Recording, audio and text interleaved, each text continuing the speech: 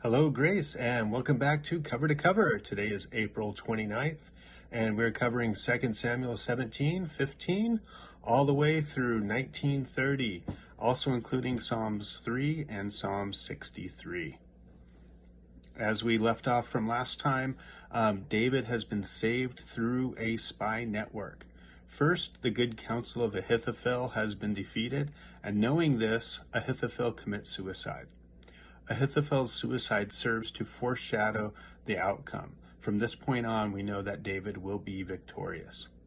Next, David gets intelligence that warrants him to flee and escape Absalom, and then out of the blue, David is greeted by allies who have brought him food and provisions. And this takes us to Psalm 3 and Psalm 63. In Psalm 3, we see that in spite of these circumstances, David feels God's presence. Surrounded by enemies, he lies down to rest, and when he wakes up, he is in safety. God is his refuge, granting David peace even when he is in a state of crisis. Psalm 63 is a very popular psalm adapted into many songs. Once again, David is in fear for his life, and he's fleeing from his enemies, and it is God whom he seeks.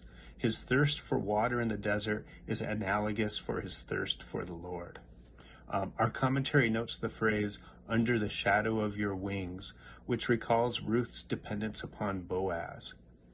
In all our texts, nothing overtly miraculous is happening. We see the people and actions that work out to save David, but from David's perspective, everything is God's hand directing the whole circumstance.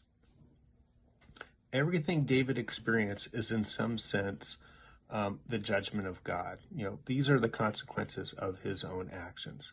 Yet David seeks God and continues to rely on God's favor. Being mindful, that the Psalms are not just historic poems, but they're intended to be used in liturgical worship. We're called to pray these Psalms even when we fail, even when we go through a crisis, and to kind of put ourselves in David's shoes, envisioning ourselves living through David's own experiences. Next, we come to 2 Samuel 18. David prepares for battle, and we have a detailed strategy set up, but as the battle continues, the text tells us that more men are killed by the forest than by the sword. And in the very next verse, Absalom is defeated by a tree when his hair gets caught in the branches. Just as David is suffering the consequences of his own actions, his own sin, Absalom's defeat is through the object of his own pridefulness.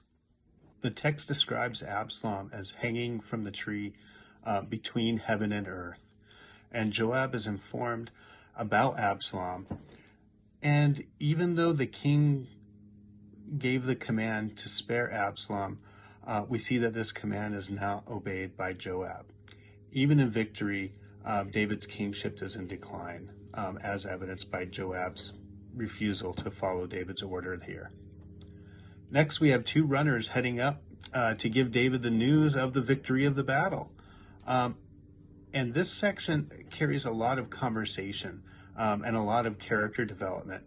And in the Bible, when you see this, it's intended to slow us down and to take our eyes off the action.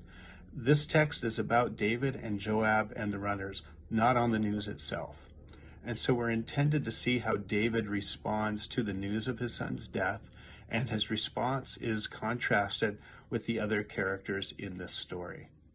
And so coming up next, David returns to Jerusalem as king, but he's crying so much that Joab has to reprimand him, saying that if he doesn't shut up, the people are going to revolt. In David's response, we see a tension between his duties as king and his role as a father who still continues to love his children.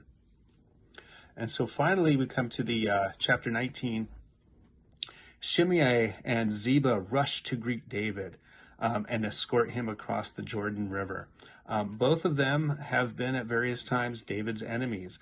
Ziba having deceived David when David fled Jerusalem, and Shimei was the one who was pelting David with stones and cussing him out when he fled. And so the scene is really, in some sense, kind of comical. How often do we change the way we behave towards people when the circumstances change? The issue with Shimei is addressed first, and David here chooses to spare his life.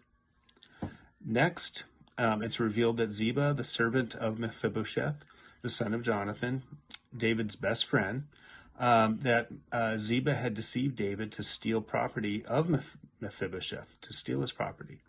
And so again, our chapter concludes with David choosing to grant mercy to Ziba.